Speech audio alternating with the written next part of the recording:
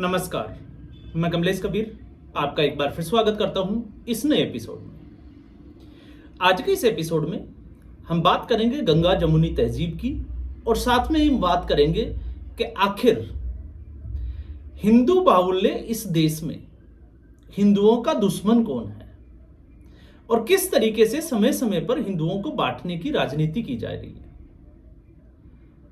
इस वक्त माहौल है इराक या हम कहें ईरान, इजराइल, अमेरिका, सऊदी अरब, यूएई, तमाम तरीके की खबरें जो है वो वहां से आ रही है। उसको लेकर इस देश में दो मत है, एक जो केंद्र सरकार के साथ खड़े हैं और दूसरे जो केंद्र सरकार के खिलाफ खड़े हैं। और दूसरी जो खबर है वो 5 जगह पर 4 राज्य और एक केंद्र शासित प्रदेश जहां पर चुनाव होने वाले हैं। अब धीरे धीरे चीजें जो है वो वहीं लौट कर आ रही है, चाहे वो केरल हो या फिर जैसे असम हो या फिर पश्चिमी बंगाल हो। तो हिंदू मुस्लिम राजनीति अब धीरे धीरे रफ्तार वापस जो है वो अपने ट्रैक पे आ रही है या पकड़ रही है, हम सीधे तौर पर यह कह सकते हैं। लेकिन इस बीच एक खबर आती है जम्मू कश्मीर से। अब यहां पर अगर आप देखोगे तो मीडिया का क्या हाल है, क्योंकि भारतीय मीडिया सिर्फ और सिर्फ टीआरपी के लिए काम करता है।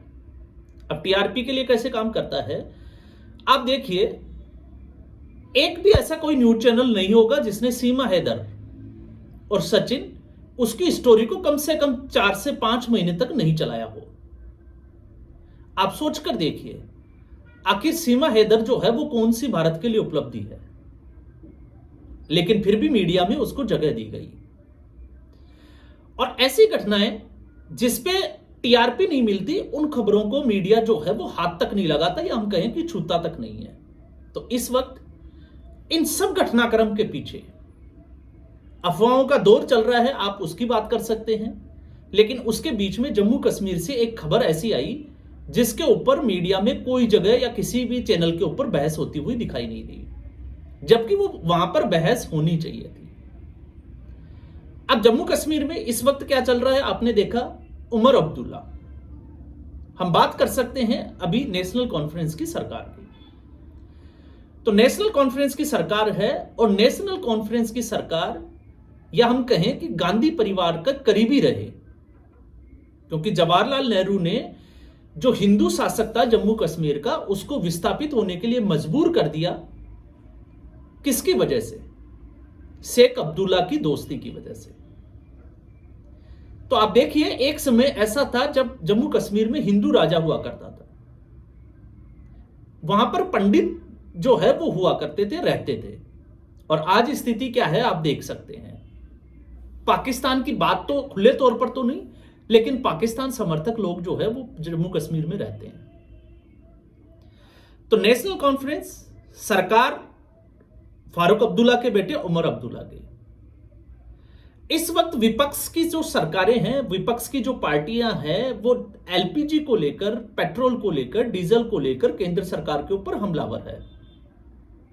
लेकिन आपने देखा उमर अब्दुल्ला का स्टेटमेंट, वो खुले तौर पर मीडिया के सामने आकर ये कह रहे हैं कि पेट्रोल और डीजल की कोई कमी नहीं है, एलपीजी पर्याप्त मात्रा में है, लेकिन अगर आप जबरदस्ती परेशान करोगे पेट्रोल पंपों पर लाइन लगाकर, तो पेट्रोल पंप ही मैं सीज कर दूंगा।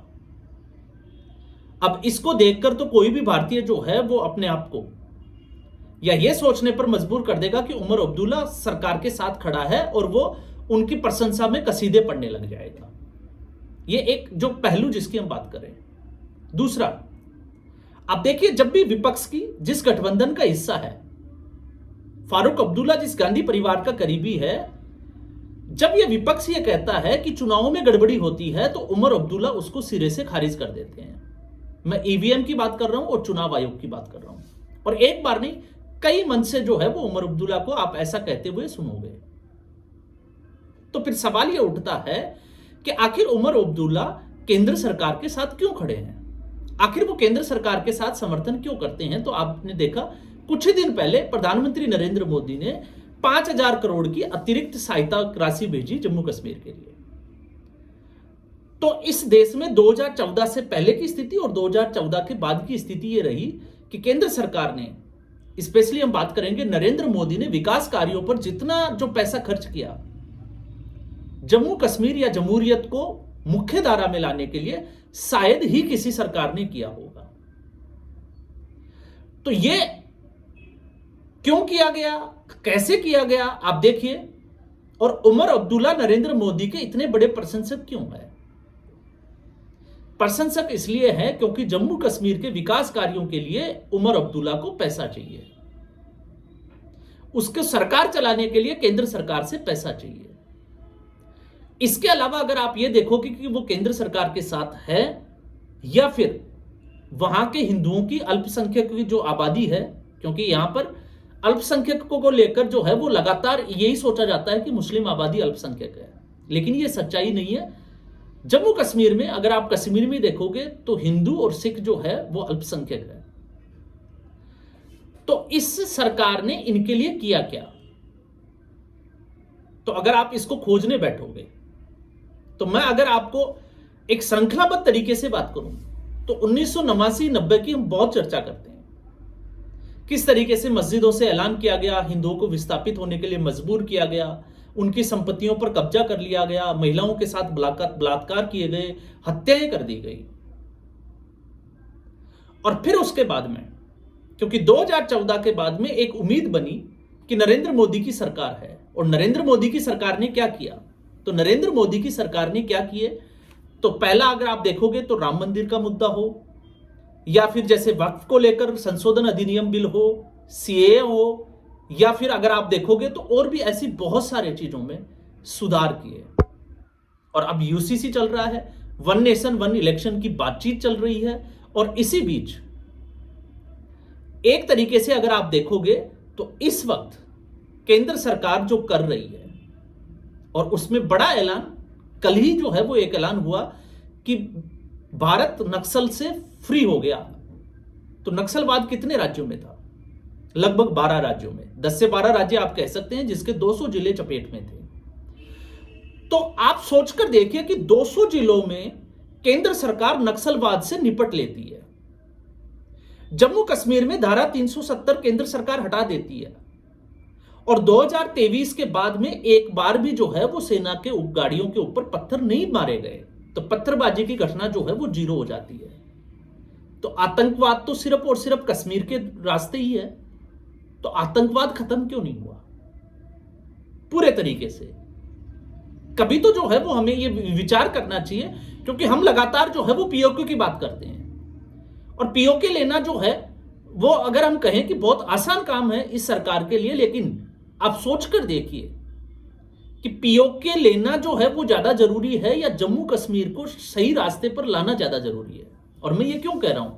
ये मैं इसलिए कह रहा हूं क्योंकि एक सिर्फ और सिर्फ जब हम ये कहते हैं कि इस देश का दुश्मन कौन है, तो इस देश का दुश्मन ना तो पाकिस्तान है, ना कोई बाहर के कोई आतंकवादी है। इस देश के दुश्मन यहां के लोग हैं।